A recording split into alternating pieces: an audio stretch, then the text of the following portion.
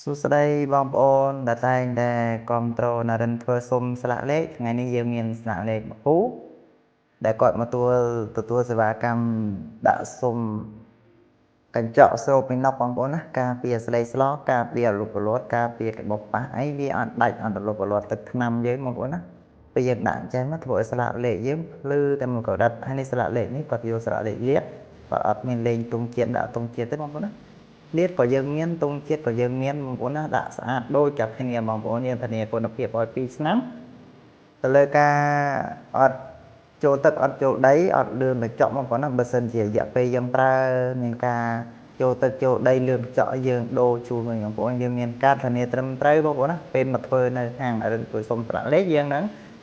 ធ្វើកាតបងប្អូនមកស្លឹកដើម្បីបងប្អូនពាក់ការពារគុណភាពជូនបងប្អូនភាពខុសគ្នារវាងយើងដាក់សុំកញ្ចក់ការពារស្លាកលេខហើយយើងអត់ដាក់សុំយើងឃើញហ្នឹងបងប្អូន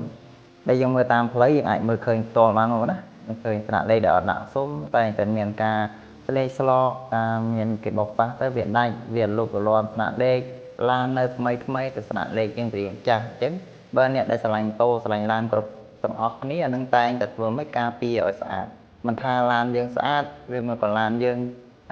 យ៉ាងម៉េចទេបងប្អូនបើស្លាកលេខយើងវាស្អាតដល់ហ្នឹងវាជួយលើកឡានយើងឲ្យបានល្អតែមកកម្រិតទៀតបងប្អូនណាឲ្យវាសមគ្នាជាមួយនឹងឡានតែបើសិនជាឡានយើងវាថ្មីស្លាកលេខយើងមើលទៅវាលុបលាត់វាអាចជាបញ្ហាមួយដែរបងប្អូនណាបញ្ហាមួយបើសិនជាស្លាកលេខយើងវាលុបខ្លាំងពេកវាមើលអត់ច្បាស់អាហ្នឹងក៏អាចជាបញ្ហាធ្វើឲ្យប៉ូលីសគាត់សួរនាំអាហ្នឹងជាបញ្ហាមួយតែបើយើងដាក់សុំចាស់ហើយបងប្អូនយើងប្រើបានរហូតមកបានយូរបានរាប់ឆ្នាំទៅវាអត់ស្លអត់ស្ងប់ទឹកឆ្នាំស្លាកលេខយើងនៅតែច្បាស់នៅតែភ្លឺចឹងអត់ជាបញ្ហាទេបងប្អូនណាអានេះយើងពីមុនឡើយយើងអត់មានទេអានេះសុំស្លាកលេខកញ្ចក់ហ្នឹងទៅតែមាននៅរយៈពេល1ឆ្នាំជាងនេះទេបើសិនជាស្លាកលេខឡានទៅស្លាកលេខម៉ូតូយើងមាន2ឆ្នាំមកហើយតែទៅឆ្នាំ2ឆ្នាំ1ឆ្នាំជាងនេះកន្លងនេះយើងល្បីមែនទែនកាលទៅលើដាក់សុំការពារជំរាបទឹកដែល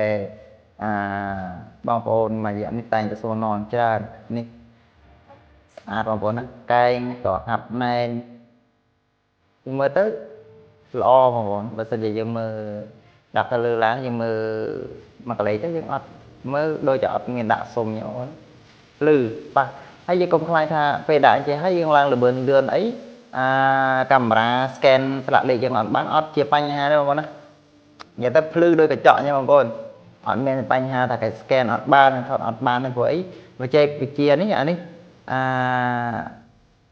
បច្ចេកទេសនេះយើងរៀនមកពីខាងវៀតណាមបងប្អូនណាខាងវៀតណាមព្រោះវៀតណាមគេធ្វើមុនយើង